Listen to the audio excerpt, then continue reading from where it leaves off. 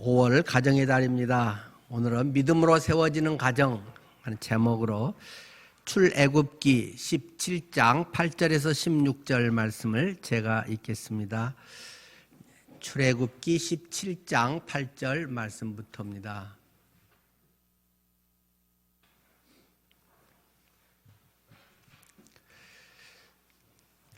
그때 아말렉이 와서 이스라엘과 르비딤에서 싸우니라. 모세가 여호수아에게 이르되 우리를 위하여 사람들을 택하여 나가서 아말렉과 싸우라.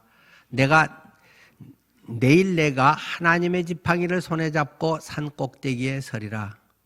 여호수아가 모세의 말대로 행하여 아말렉과 싸우고 모세와 아론과 훌이 산 꼭대기에 올라가서 모세가 손을 들면 이스라엘이 이기고 손을 내리면 아말렉이 이기더니 모세 팔이 피곤함에 그들이 돌을 가져다가 모세 아래에 놓아 그가 그 위에 앉게 하고 아론과 훌이 한 사람은 이쪽에서 한 사람은 저쪽에서 모세의 손을 붙들어 올렸더니 그 손이 해가 지도록 내려오지 아니한지라.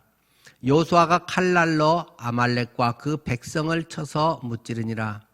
여호와께서 모세에게 이르시되 이것을 책에 기록하여 기념하게 하고 여호수아 귀에 외워 들리라. 내가 아말렉을 없이하여 천하에서 기억도 못하게 하리라. 모세가 제단을 쌓고 그 이름을 여호와 니시라 하고 이르되 여호와께서 맹세하시기를 여호와가 아말렉과 더불어 대대로 싸우리라 하셨다 하였더라. 아멘.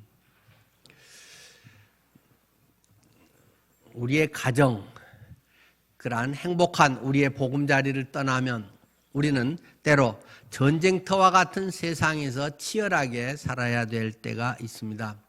세상은 전쟁터와 같다라고 하는 말이 종종 실감이 나고 또 요즘 같은 때 더 참 살기 쉽지 않은 그런 현실 속에서 체득하게 됩니다.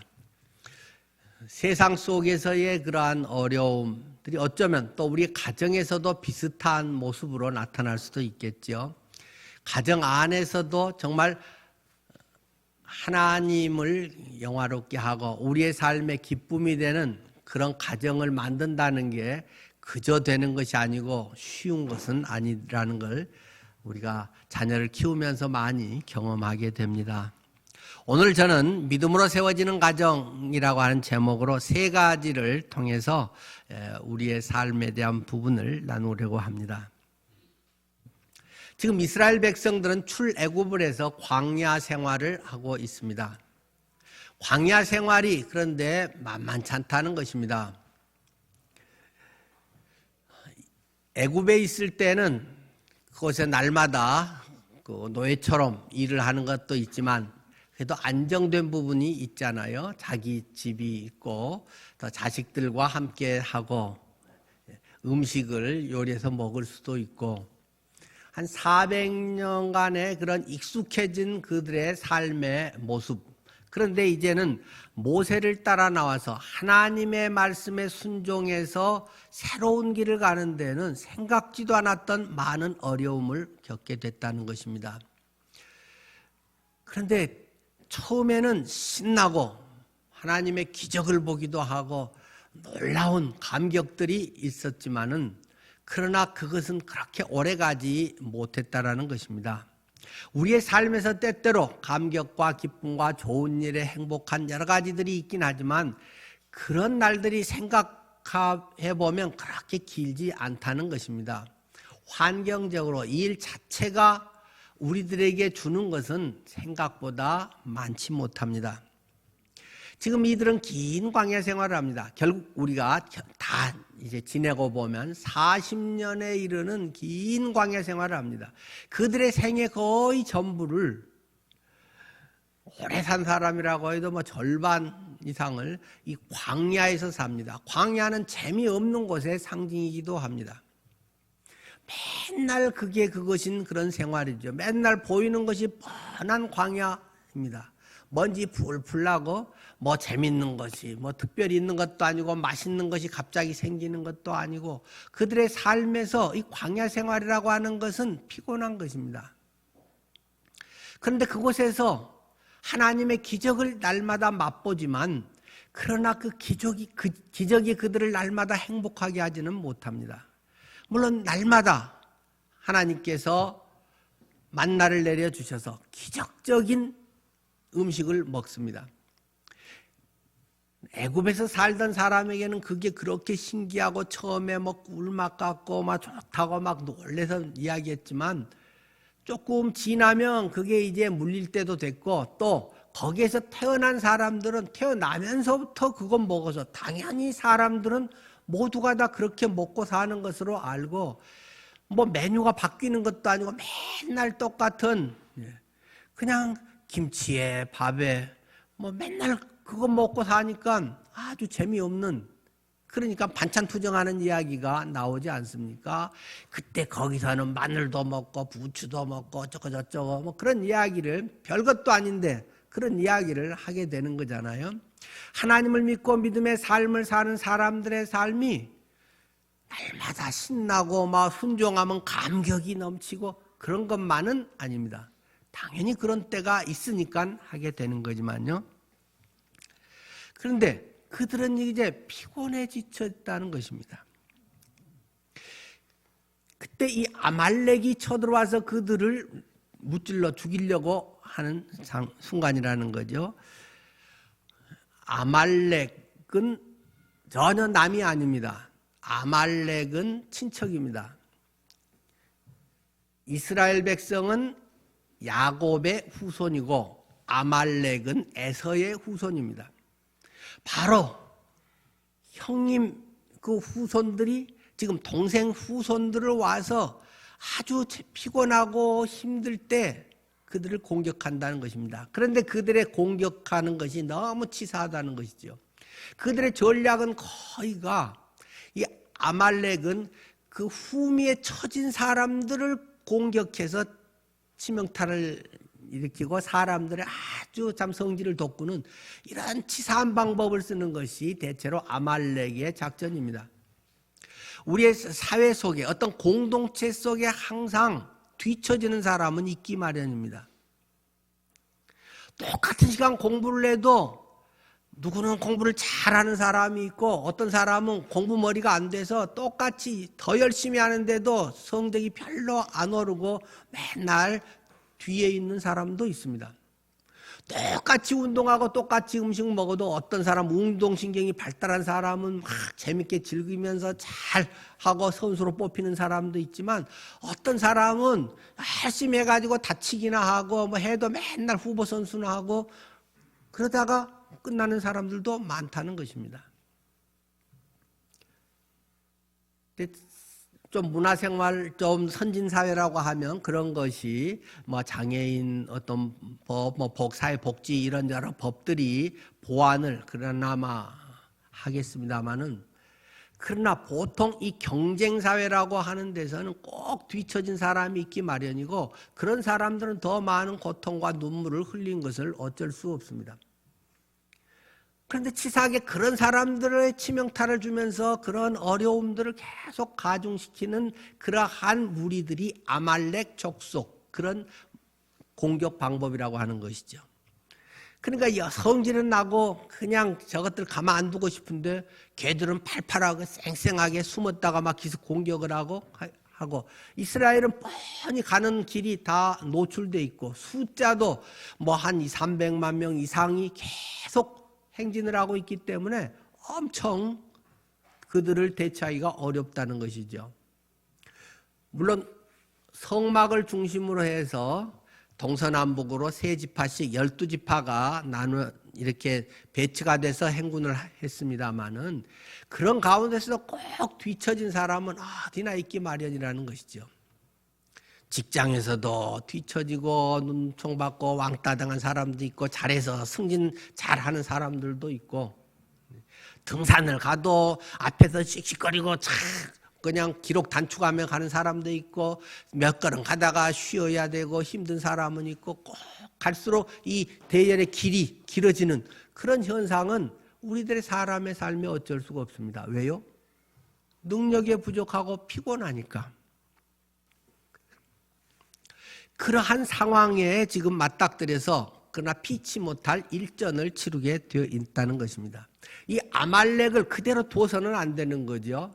그것을 무찔러야 하는 것이 이 이스라엘의 공동체가 살아나는 방법입니다. 우리의 가정이 살아나기 위해서는 어떻게 해야 되겠습니까? 외부의 그런 공격 적들로부터 우리의 가정을 보호하고 우리의 가정이 이겨내 나갈 수 있는 그러한 어떤 공동체적 정신을 함양하고 나가야겠죠. 세 가지를 말씀드립니다. 첫째는 하나로 나아가라는 것입니다. 가족이 구성원들이 하나가 되어야 됩니다. 가족이 각각 뿔뿔이 흩어져서 각각 자기 생각, 자기 요구를 다 하면은 그 가정은 퇴근하고 와서도 스트레스 받는 가정이고 집에 들어가고 싶지도 않고 피로도 풀리지도 않고 해도 재미도 없고 삶의 보람도 없고 내가 이러려고 결혼했나 뭐 그러면서 그냥 마지못해 살아가는 그러한 재미없는 가정이 될 수 있겠죠. 그런데 이 이스라엘 공동체는 그 영적 싸움에서도 그렇고 하나님의 사역에 협력해서 그들이 잘 대처해 나가게 됐다는 것입니다. 여러 부류가 등장이 되고 있죠.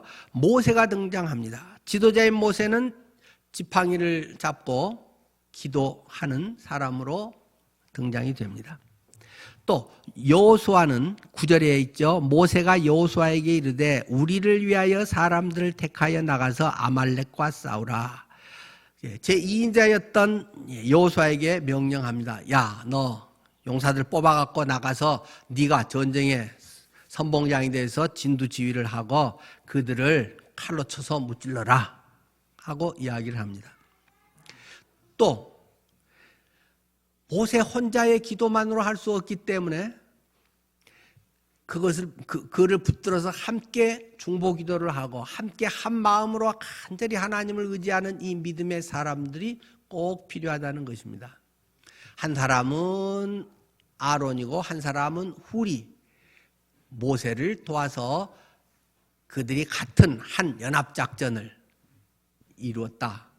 아름다운 가정을 각자가 할 수 있는 역할들을 맡아서 때로는 은사를 통해서 그것을 모두 보완해 가면서 그들이 아름다운 가정, 아름다운 공동체, 아름다운 국가를 만들게 되었다는 것입니다. 하나가 되어서 나가는 것은 매우 중요합니다.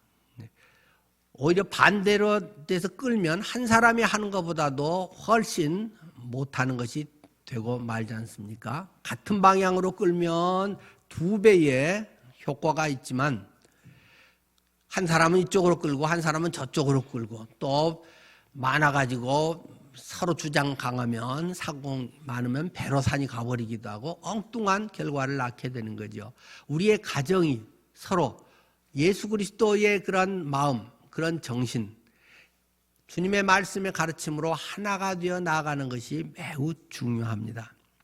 두 번째는 하나님을 의지하라는 것입니다.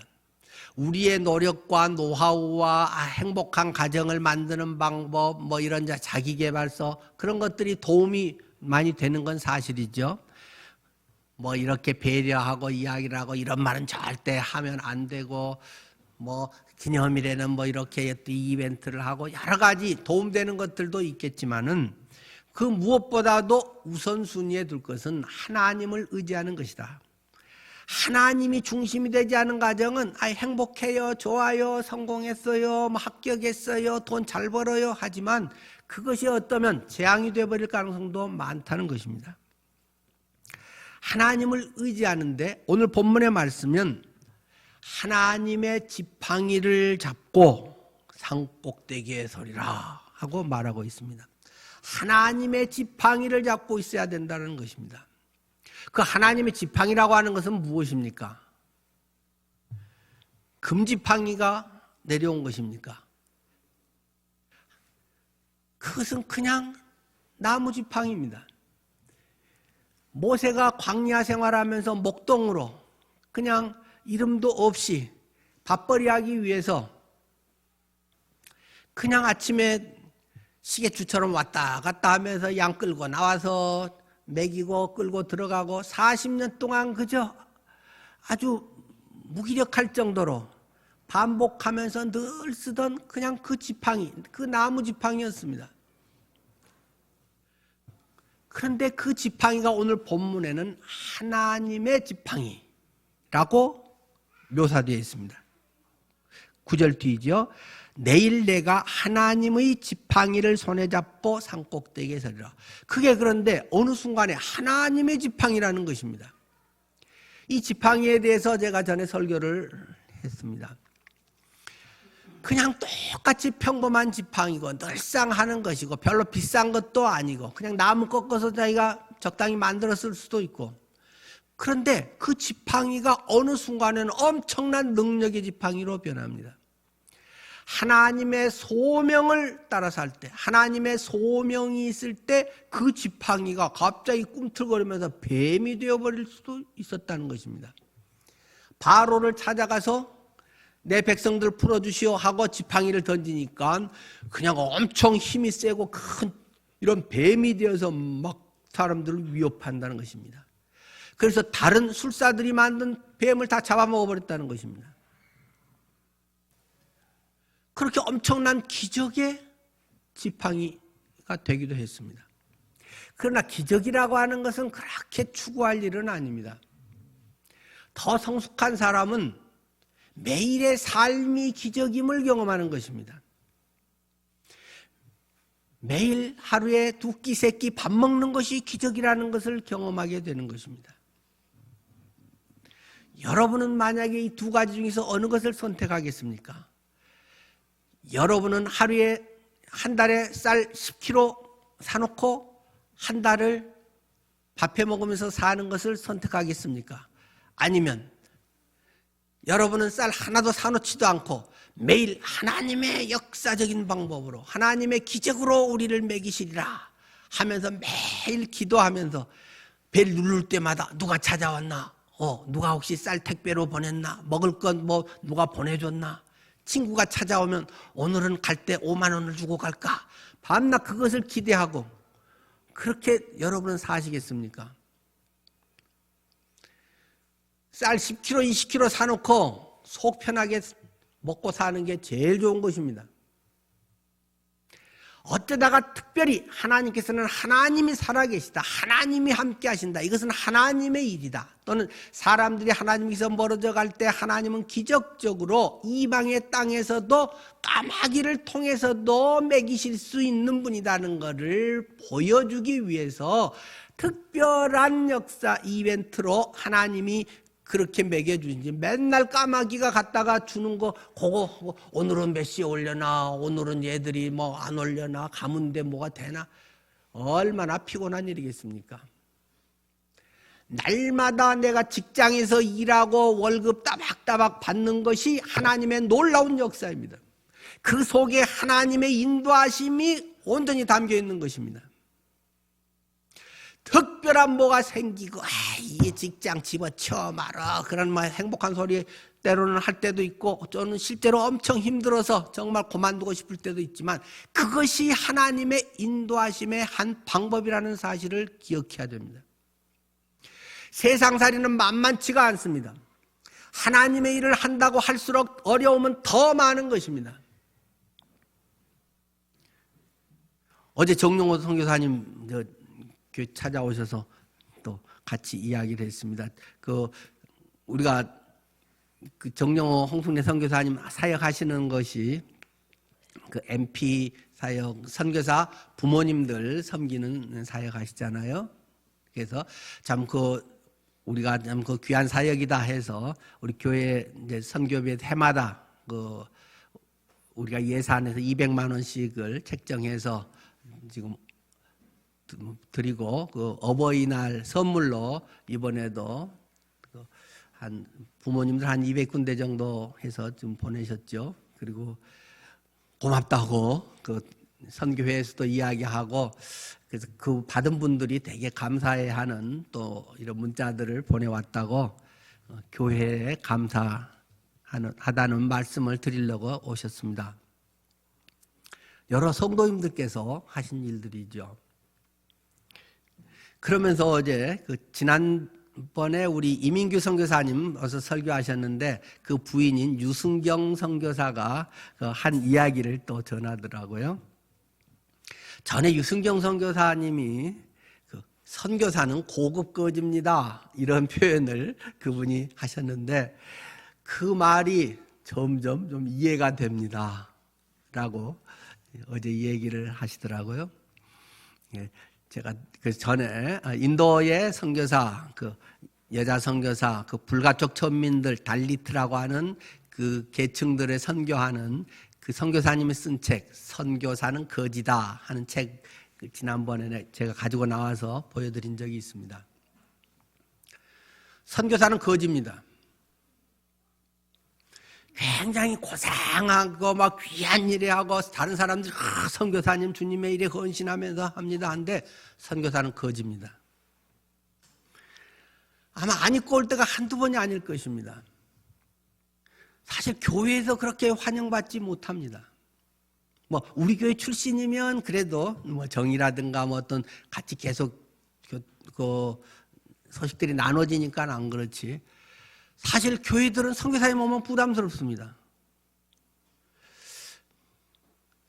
저분들에게 귀한 사역이고 정말 한데 우리가 같이 좀 협력하고 선교비를 좀 많이 하면 좋은데 우리 교회 선교사로 뭐 아니면 후원 선교사로라도 모셔서 우리가 같이 하면 좋은데 그런데 교회 재정이라든가 여러 가지에서 한계가 있기 때문에 그냥 귀한 일하고 힘들게 한다고 해서 다 우리 선교사 우리가 모실게요. 그럴 수는 또 없잖아요. 굉장히 죄송하면서도 부담스러운 거는 지역교회 목회자들의 거의 공통적인 마음입니다. 근데 그분들은 눈치가 얼마나 더 빠르겠어요. 뭐 가는 데마다 거의 그걸 얼마나 잘 느끼겠어요. 저 좀 후원해 주세요. 이렇게 당당하게 이야기하기도 참 어렵잖아요. 차마 그 말 못 꺼내시죠. 그런데 그분들은 그렇게 소명을 따라서 자기가 여기에서는 뭐 월급 많이 받으면서 잘 살 수 있음에도 불구하고 그쪽에 갔다고 해서 다른 사람들이 뭐 한 달에 500만 원씩 선교비를 보내줄까요? 거의 없습니다. 여기저기 몇십 군데 막 많이 해서 해야 5만 원, 10만 원 주로 이것도 보통 3년 얼마 되면 거의 끊어집니다.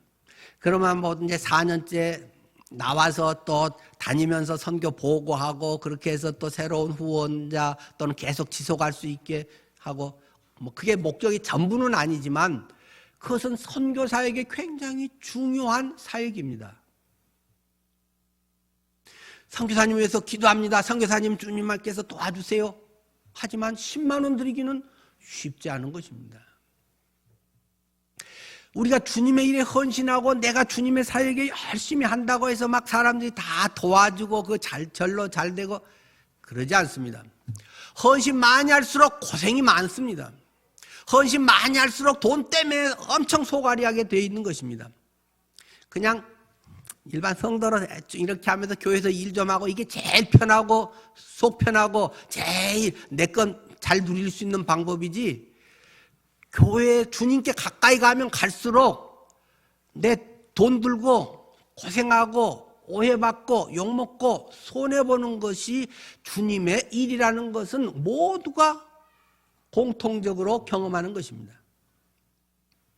이스라엘 백성이 하나님 말씀에 순종해서 광야길을 간다고 순탄하지 않습니다. 매일 맛있는 진수성찬이 하루에서 떨어지지 않습니다. 고기도 먹고 싶어 그렇게 하니까 하나님께서 엄청 혼나면서 메추라기가 와서 싹 쏟아졌는데 그것도 40년 동안 불과 한 달 외에는 계속됐다는 기록이 없습니다. 40년간 맨날 똑같은 메뉴에 맨날 밥하고 김치만 먹고 사는 그런 형편이 주님께 순종하는 사람들의 삶의 모습이라는 말입니다. 그러니 얼마나 피곤하겠습니까?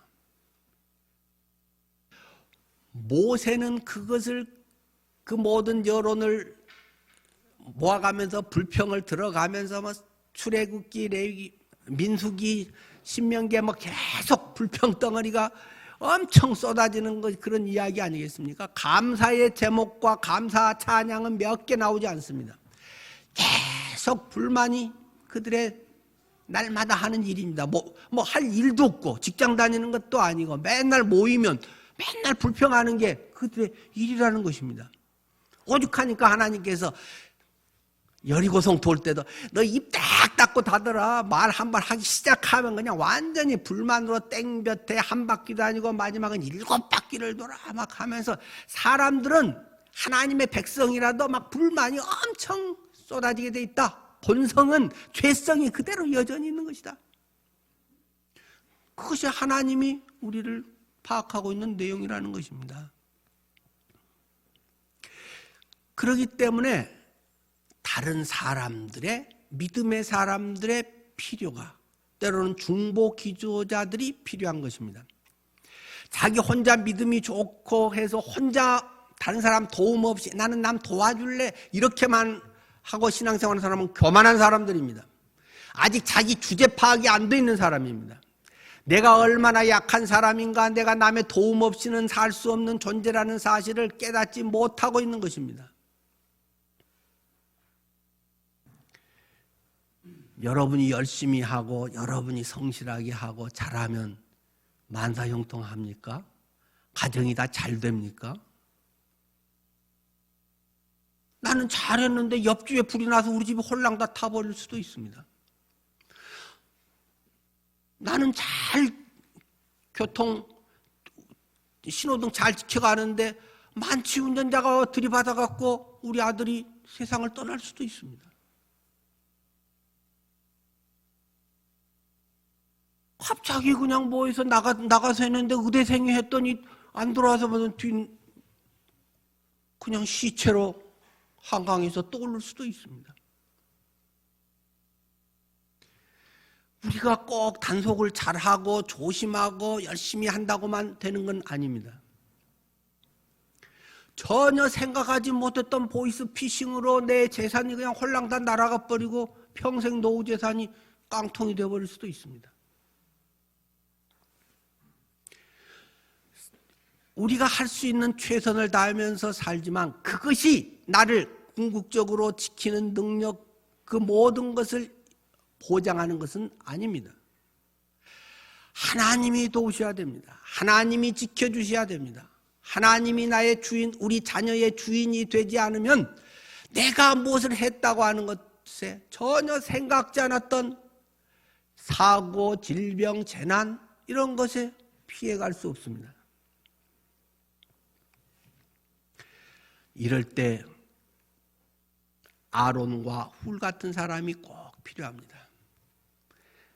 한쪽에만이 아니라 양쪽에서 나를 붙들어줄 사람이 있어야 됩니다. 모세가 하나님의 일을 하고 기도하니까 지치지 아니하고 기도하면 새 힘이 나와서 날마다 독수리같이 올라가고 그러지만은 않습니다. 그럴 때도 있지만 대부분은 피곤합니다. 오늘 성경 본문에도 12절 모세의 팔이 피곤하매 사람은 제한성이 있습니다. 사람은 피곤합니다. 여러분은 1시간 기도할 때 아주 맑은 정신으로 잘 되시죠? 저 대체로 그렇습니다만 저도 피곤하고 힘들 때는 어떨 때는 막 절반을 막 졸면서 그래도 어쨌든 시간을 채우고 그 시간에 하기는 지금까지 한 번도 빠진 적 없이 시작할 때부터 다 했습니다마는 1시간 알람 울릴 때까지 막 버티느라고 절반은 졸면서도 피곤해서 막 때로는 엎져서 그럴 때도 있습니다. 주님을 찾고 간절히 하고 우리 지상균 집사님 하나님 좀 살려주세요. 꼭 낫게 해주세요. 우리 집사님들의 이런 것들을 해주세요. 내 기도하고 우리 식구 기도하는 것도 아닌데 다른 사람을 위해서도 간절히 기도하지만 피곤하고 힘들고 쓰러지기도 합니다.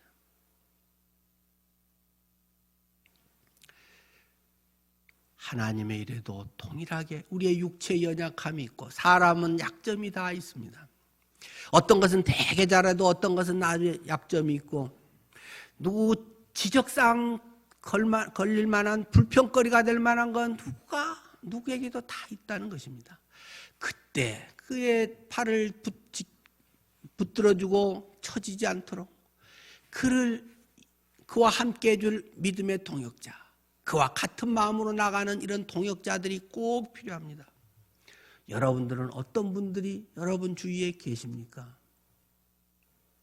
너무 성숙해서 나는 누구를 돌보지, 남이 나를 위해서 특별히 해줄 건 별로 없어. 혹시 그런 마음이 스칠 때가 있습니까? 주제 파악이 안 된 것입니다. 나이가 들면 조금 그런 것이 느껴지고, 이제 뭐 갱년기가 되면 또 그런 것이 조금 더 느껴지고, 뭐 그래지긴 하겠지만은, 나와 함께하는 믿음의 공동체가 함께하지 않으면 나는 금방이라도 허물어질 수밖에 없는 존재구나. 우리 형제들의 카톡 기도방에 그 기도가 없으면 나는 정말 주님 앞에 바로 살아갈 수가 없구나. 우리 자매들의 그 함께하는 기도가 없이는 나는 바로 설 수가 없구나. 절절히 깨닫고 한마디라도 진심을 실어서 기도하고, 기도합니다 하고 실제 기도하고, 그런 것이 꼭 필요한 줄 압니다. 내일 일을 알지 못하는 우리 인생이란 건 우리가 너무나 실감하고 있습니다. 모세가 들고 있는 것은 하나님의 지팡이입니다. 하나님의 지팡이, 아까 말했던 그냥 똑같은 나무 지팡이입니다. 40년 밥 먹고 살던 밥벌이 하던 양치던 지팡이입니다. 뱀이 됐던 동력의 지팡이 됐지만 그건 한 번이고, 뭐 그래서 그 다음에 뭐가 나타나면 막 독사가 돼서 그걸 다 뭐 지켜가지고 나를 대적하는 자를 전부 뭐 없애주고 그런 것 없습니다. 하나님이 보냈다는 뭔가를 보여주는 한 번의 하나님의 표시입니다. 그런데 하나님은 똑같은 지팡이인데 갑자기 그냥 거기에 막 불이 칙 나고 불칼로 그냥 하나님의 지팡이 하고 거기에 그냥 막 불인두로 써놓은 것도 아닙니다. 법궤에서 하듯이 막 그것에서 막 싹이 나고 막 거기서 살고 열매가 열리고 그런 지팡이도 아닙니다. 똑같은 지팡이인데 의미만 달라졌습니다. 소명이 달라졌습니다. 내 밥 벌어서 내 먹고 살고 우리 가정 꾸려가고 내 새끼들 잘 키워서 지들 앞으로 지목할 수 있게 해주면 내 부모 역할 다 하지. 그냥 그러고 살았는데 어느 순간에 소명을 발견합니다. 하나님이 부르셨네? 하나님의 일꾼으로 세우셨네? 하나님의 나라를 이루기 위해 세우셨네? 나를 통해서 우리의 가정을 통해서 하나님의 나라가 이루어지도록 하는 것이네? 그러면 자녀들의 교육관이 달라지지 않겠습니까?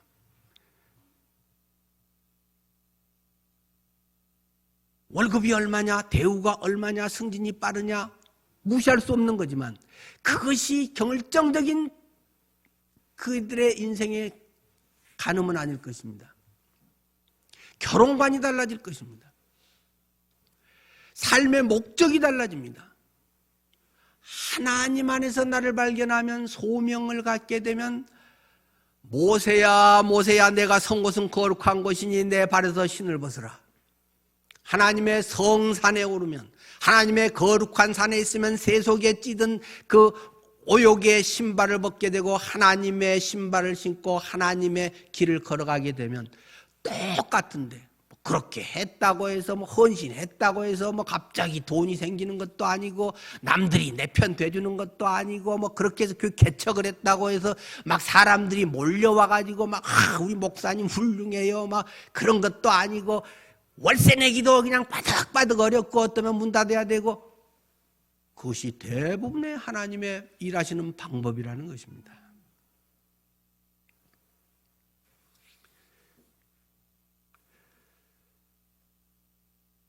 똑같은 지팡이인데 의미가 달라져서 하나님의 지팡이입니다. 그것은 무엇입니까? 하나님의 임재를 상징하는 것입니다. 이 지팡이를 들고 있는 한 나의 지팡이 내가 의지할 분은 하나님이야. 그것이 확실해졌으니까 이제 무엇을 하든지 이것을 짚고 갑니다. 한 걸음걸음마다 지팡이를 짚습니다. 내가 계획하고 생각하는 것들이 하나님의 뜻에 합당한지를 늘 점검하며 그것을 짚고 갑니다. 주님을 의지하며 살아가게 됩니다. 그런다 할지라도 역시 피곤합니다. 지팡이를 이렇게 들고 있으면 네가 지팡이를 들고 기도를 하고 있으면 이기리라. 10분간만 그러면 얼마나 좋겠습니까? 참고서 30분간 한담 끝나면 얼마나 좋겠습니까? 이렇게 들었다가 옆으로 이렇게 하는 게 역학적으로도 제일 힘이 적게 드니까 가로로 해서 이렇게 아마 들고 있었겠죠. 근데 1시간 들고 있어. 완전히 이거는 벌도 보통 벌이 아닙니다. 1시간 끝나면 그래도 악착같이 해보겠는데 3시간, 5시간 전쟁이 끝나질 않습니다. 피곤해서 조금 손이 이렇게 터지면 위에서 판세를 다 보고 있는데 막 아말렉이 더 이겨서 우리는 막 뒤로 후퇴를 합니다. 하고 그냥 버티고 쥐어 하면 다시 이스라엘이 공격을 해서 이겨나갑니다. 이겼다 저겼다 일진일퇴가 막 반복이 되는 이런 상황이 되는데 그때 아론과 훌이 옆에서 붙들어줘서 그걸 처음에는 보고 있었죠. 그런 상황이 된 거를 이거 안 되겠네. 왜 그런 거지? 맞아. 하나님의 지팡이를 들고 기도를 끊이지 않아야겠구나. 양쪽에서 붙들어 주니까 승리할 수 있었다. 언제까지? 끝날 때까지. 완전히 무찌를 때까지. 거의 5시간인지 몇 시간인지 7시간인지 어떻게 모르겠지만 최후 승리까지 끝까지 믿음으로 나아간다는 것입니다. 그러나 여기서 조금 또 지혜가 있고 하나님의 융통성을 볼 수 있습니다. 창의적이고 융통성이 있는 것. 하나님 어떤 방법에 대해서는 굉장히 다양한 것을 허락하고 있는 걸 보게 됩니다. 옆에서 붙들어도 힘들고 그러기 때문에 묘한이 야야 손을 들고 기도하는 게 중요하지 무릎 꿇고 기도하느냐 눈 뜨고 기도하느냐 그게 그렇게 중요한 건 아니야. 발을 좀 펴고 기도하든 어쨌든 간절한 마음으로 주님께 기도하는 게 중요하다 하면서 그들은 편편한 돌을 구해다가 돌 위에 모세를 앉히고 그 다음에 그 옆에서 이렇게 붙들어줬다. 모세 당신은 서서 죽으라고 알아서 당신 역할이니까 당신 고생하시오가 아니라 어떻게 하면 저분이 저 사명을 감당하되 어떻게 하면 제대로 할 수 있을까? 어떻게 하면 우리가 힘이 될까? 어떻게 하면 좀 더 수월하게 할 수 있을까? 내가 어떤 도움이 될까를 그들은 연구해서 창의적으로 그래서 이 기도를 계속 할 수 있게 해줬다는 것입니다. 하나님을 의지하는 것. 하여튼 기도했다는 건 하나님을 의지하는 것입니다. 세 번째는 현장에서 헤쳐나가라는 것입니다. 현장이 굉장히 중요하다는 것입니다. 13절 여호수아가 칼날로 아말렉과 그의 백성을 쳐서 무찌르니라. 이 아말렉과의 싸움의 문제는 출애굽하던 상황과는 전혀 다르다는 것입니다. 출애굽을 해서 홍해를 건널 때 방법과 지금 이 아말렉과의 싸움은 전혀 틀린 것입니다. 출애굽에서 홍해를 건널 때는 어땠습니까? 이스라엘 백성들이 한 일은 아무것도 없습니다. 너희는 가만히 서서 여호와께서 너희를 위해 행하신 것을 지켜봐라. 그런 것입니다. 주님이 어떻게 내 인생에 참 절박한 도저히 어찌할 수 없는 것을 해결하시는가를 지켜보는 것이 필요합니다. 모세가 말씀대로 지팡이를 내미니까 바람이 밤새 불어가지고 길을 내서 그 사람들이 갔다는 것입니다. 막 출애굽을 해서 언제 배 만들 시간도 없고 재료도 없고 기술도 없고 할 수 있는 것이 아무것도 없는 그런 상황에서 하나님이 이들 이끌고 하나님이 동행하신다는 걸 생생하게 보여주는 사건입니다. 사람들은 한 일이 전혀 없고 하나님만 완전히 하셨다는 사건입니다. 홍해 건너기. 그런데 믿음의 사람들이 이것만 계속 붙들고 있으면 맨날 아이 신앙을 벗어날 수가 없습니다. 신앙의 초보 때 늘 이야기하지만 내가 이제 왕초보 어제 면허증을 땄다. 오늘 막 운전을 하러 나갑니다. 얼마나 막 콩당콩당하고 막 차가 있으면 겁나겠습니까? 하나님, 오늘은 차가 한 대도 안 나오게 해주세요. 나만 있게 해주세요. 주차할 때도 다른 주차장에 아무 차도 없고 나만 맘대로 아무데나 편한 데 주차하게 해주세요. 자, 그래갖고 운전 실력이 늘겠습니까? 그러면 그 시간에 딴 사람들은 어쩌라고? 바빠도 아무것도 못 나오고. 하나님, 제가 운전하고 가면 뭐 가기만 하면 파란불로 계속 다 바뀌게 해주세요. 빨간불 없이 나는 그냥 일사천리로 대통령 그 행사할 때 가는 것처럼 파란불만 있게 해주세요. 내 인생에는 그냥 쉽고 편하고 내가 원하는 거 파란불로 다 잘 가게 해주세요. 우리 아이 가는 데마다 합격하고 우리 아이 뭐 하는 것마다 다 좋은 데 취직하게 해주세요. 그래가지고 어떻게 신앙이 성숙한단 말입니까? 어떻게 하나님의 사람으로 빚어질 수가 있겠습니까? 똑같은 상황에서 차 끌고 나와서 가슴이 섬찟한 것을 여러 번 느끼기도 하고 접촉사고도 나기도 하고 그런 가운데 운전 실력이 느는 거 아니겠습니까? 그것도 노련하게 누가 칼치기를 해서 탁 들어와도 노련하게 짜식 하면서 싹 여유있게 착 피해갈 줄도 알고 뭐 그런 정도 실력이 변하는 것이지 믿음의 사람이 계속 하나님, 나는 가만히 있을 테니까 하나님 알아서 다 하세요. 어떨 때는 정말 그래야만 하고 막 혈기라든가 막 생각이 앞서고 마음이 안정되지 않아가지고 막 안절부절 못해가지고 그럴 때는 가만히 있어 하나님을 신앙으로 의지하는 훈련이 필요하지만 내가 할 수 있는 것들 하나님이 하게 하신 것들이 있는데 게으르고 뭐 요령 피우고 변명하고 그러면서 편하게 가려고 그렇게 해서 하는 그것을 하나님은 허락하지 않습니다. 오늘 본문에서 아말렉은 이스라엘이 직접 전쟁을 한다는 것입니다. 이인자 여호수아가 사람들 거기서 똘똘한 애들 칼싸움 잘하는 애들 머리 좋고 이게 전략에 잘할 수 있는 애들을 뽑아서 그들을 데리고 가서 직접 피 튀기는 싸움을 했다는 것입니다. 현장 속에 뛰어들어가서 가장 치열하게 최전선에서 맞닥뜨려서 실력을 발휘하면서 헤쳐나가야 한다는 것입니다. 결국 물론 승패는 하나님께 있습니다. 하나님이 최종적으로 궁극적으로는 하나님의 백성들을 보호하고 승리하게 하실 것입니다. 그러나 그들은 하루 종일 칼 들고 싸워야 하는 것입니다. 왜 그렇습니까? 하나님의 백성답게 훈련시키는 것입니다. 백성답게 실력을 갖추고 세상을 이기는 그런 믿음의 사람으로 만들기 위해서 맨날 가만히 있어서 하나님 하신 거 지켜봐라. 그 애기 신앙에서 언제 클 수 있단 말입니까? 가끔 이렇게 칼 살짝 스쳐가지고 오싹도 하고 피도 좀 나고 그래서 그냥 쓰라리 위에서 막 옷 찢어가지고 이거는 감고 또 전쟁에 나가서 하고 치열하게 그렇게 하면서 전쟁터에서 용장이 되는 것이고 실력 있는 군사가 되는 거 아닙니까?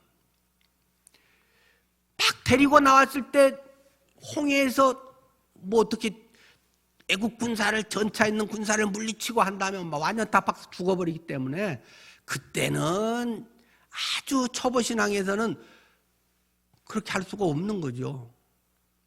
그러나 지금 광야 생활을 웬만큼 해가고 뭔가가 된 상태에서는 물론 승패는 기도에 달려 있어서 모세의 하나님의 지팡이 임재가 했지만 여호수아는 종일 피 흘려가면서 싸워야 하는 것입니다.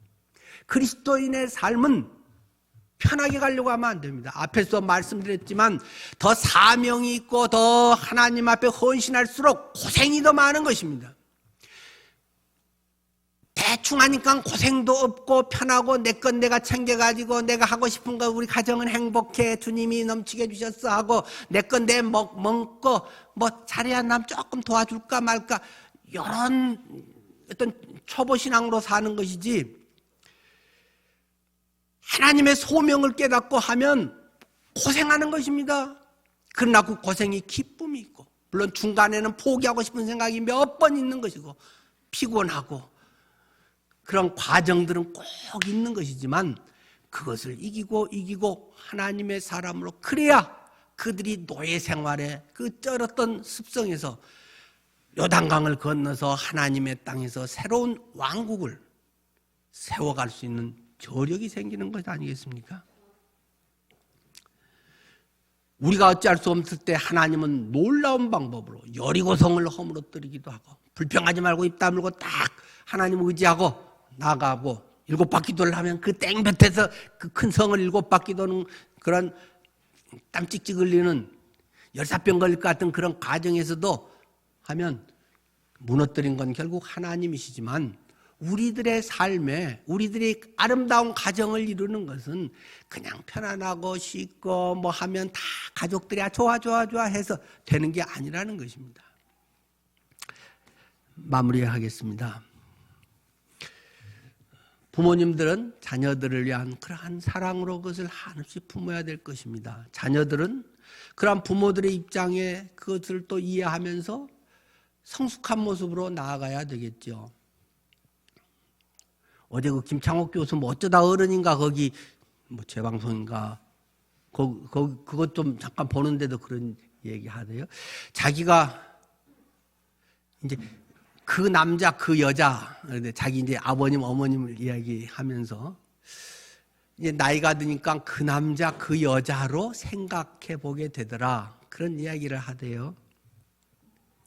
그러니까 제가 지금 50이란 말입니다. 그러면 50대 어렸을 때는 우리 아버지는 맨날 그냥 가부장적으로서 우리들을 괴롭히고 우리들에게 어려움 주고 그 돈은 안 벌어오고 그냥 대우만 받으려고 하고 엄마만 괴롭히고 네, 저런 아버지 있는 게 너무 그냥 속상하고 뭐 이야기도 하기 싫고 뭐 어떤 그런 상황인데, 이제 자기가 나이에 대해서 우리 아버지는 50살 때 어떠셨을까? 우리 6남매를 키우면서 50살인 우리 아버지, 지금 내 나이 때인 아버지는 어떤 생각을 하셨을까? 그런 생각이 든다고 하더라고요. 그러니까 좀 이해가 된다고. 그러니까 그 여자는 60대가 되면 60인 우리 엄마는 뭐 이것도 그때 안 해주고 그때 뭐 이것만 밀어줬으면 내가 뭐 이렇게 할 수 있었을 텐데라든가 막 불만스러운 것도 있는데, 우리 엄마가 내 나이 60이 됐네.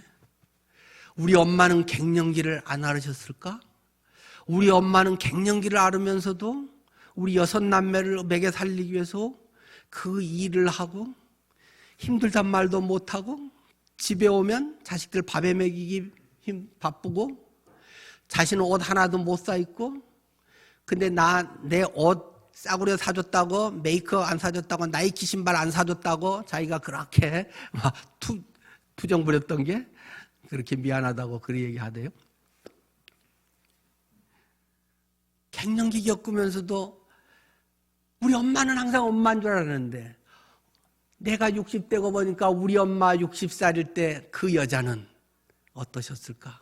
그 여자는 마음에 얼마나 하고 싶은 게 많았고 자기 인생은 다 소진돼 버린 같은 그런 때, 남편은 여전히 더 고집스럽고 더 못되져 가고, 그분 뭐 아버지는 귀가 또 안 들리셨던 분이더라고요. 그런 것을 한번 바꿔서 생각해 보면, 내 나이 때 우리 엄마는 나만큼 뭘 누리고 사셨을까? 내가 지금 생각하는 이런 것을 그분도 하고, 커피숍에서 차 한 잔 향기를 맡으면서 아침을 커피향으로 시작하는 나의 이런 걸 꿈이라도 꿔왔을까? 내가 쓰는 이 수세식 변소를 우리 어머니는 써본 적이 있을까? 내 나이 때. 개나리 보찜을 이고지고 10리 20리 길을 걸어서 장사를 하면서 다녔던, 나는 자동차를 운전해서 10분이면 올 수 있는 거리를 그때 그 여자는 내 나이 때 2시간, 3시간 목이 자라목처럼 쏙 들어가면서 보따리를 이고 장사를 하지 않았을까. 뭐 이런 생각을 해본다고 하더라고요. 방청객들도 눈물이 촉촉해지대요. 저도 가끔은 생각해 봅니다. 우리 아버지가 63세 때, 제가 23세 대학교 막 졸업하고 군대 갔던 그 나이, 까마득한 그런 땐 같은데 나는 그때 어떻게 아버님을 이해했지? 우리 어머님이 60세였는데 뭐 이런 여러 가지 생각들을 종종 해봅니다. 그러면 때로는 지금 나의 입장에서 서운했던 거, 이해 안 되는 거, 그런 것에서 야, 그렇게 살아계신 게 감사하다. 저희 어머니는 그러시더라고요. 내가 양잿물에 손을 몇 번이나 갖다 댔다, 들었다 놨다 했다. 이 말이 또 생각이 나요. 내가 양잿물을 먹고 그만 살아야지 했는데 이 육남매가 눈에 밟혀서 내가 도저히 그 양잿물을 마실 수가 없었다. 그리고 뭐 나중에 뭐 붓글씨로 뭐 써놓은 것에도 그런 걸 쓰신 적이 있는데요. 저는 이제 성경적인 그런 뭐 국가적 원리의 이야기를 했습니다만 우리의 가정에서도 특별히 부모님들에 대한 그런 마음, 저는 지금 뭐 양가에 아무도 뭐 살아계시지 않습니다만은 우리가 할 수 있는 때 오늘이 기적이고 뭐 자기계발서에 맨날 하는 말이 뭐 오늘이 선물입니다. 프레젠트 현재가 뭐 선물 프레젠트입니다. 뭐 맨날 그런 얘기 하잖아요. 근데 정말 오늘 우리의 가정 속에서 할 수 있는 대로 좀 더 따뜻하게 내 입장보다는 또 상대적 입장에서도 생각을 하고 조금 무리할 정도로 지금 코로나로 할 수 없지만 외국 여행이라도 한번 가서 진한 추억을 만들어 보시기도 하고 어머님 평생에 못 입어봤던 좀 비싼 고급 옷도 평생 한 번이라도 선물이라도 해볼 수도 있고 뭔가 휴가 3, 4일 내에서 종일 아빠 엄마하고만 붙어 있어서 애로 돌아가서 쪼잘되듯이 뭐 그렇게 지낼 수도 있고 뭐 그런 여러 가지 되지 않을까요? 우리는 너무 일찍 어쩌면 어른이 됐는지 모르겠습니다. 부모를 공경하라 뭐 너무 뻔한 이야기고 또 유교적인 어떤 개념이 또 어쩌면 우리에게는 더 많이 선재되어 있는 것 같습니다만은 그분이 믿는 부모든 안 믿는 부모든 안 믿는 부모는 더 잘해야 될 것 같아요. 예수님도 모르고 그걸 헤쳐나왔으니 얼마나 더 힘드셨을까요?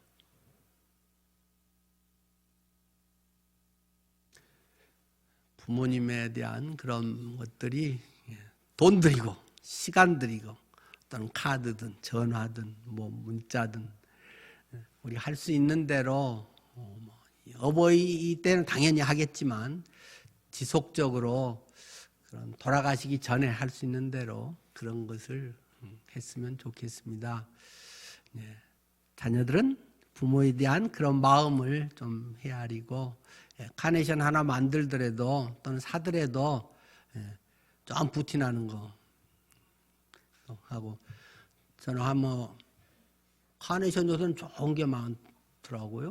막 금으로 만든 것도 있대요. 한 10만 원짜리 저는 사서 누구 드린 적이 있습니다.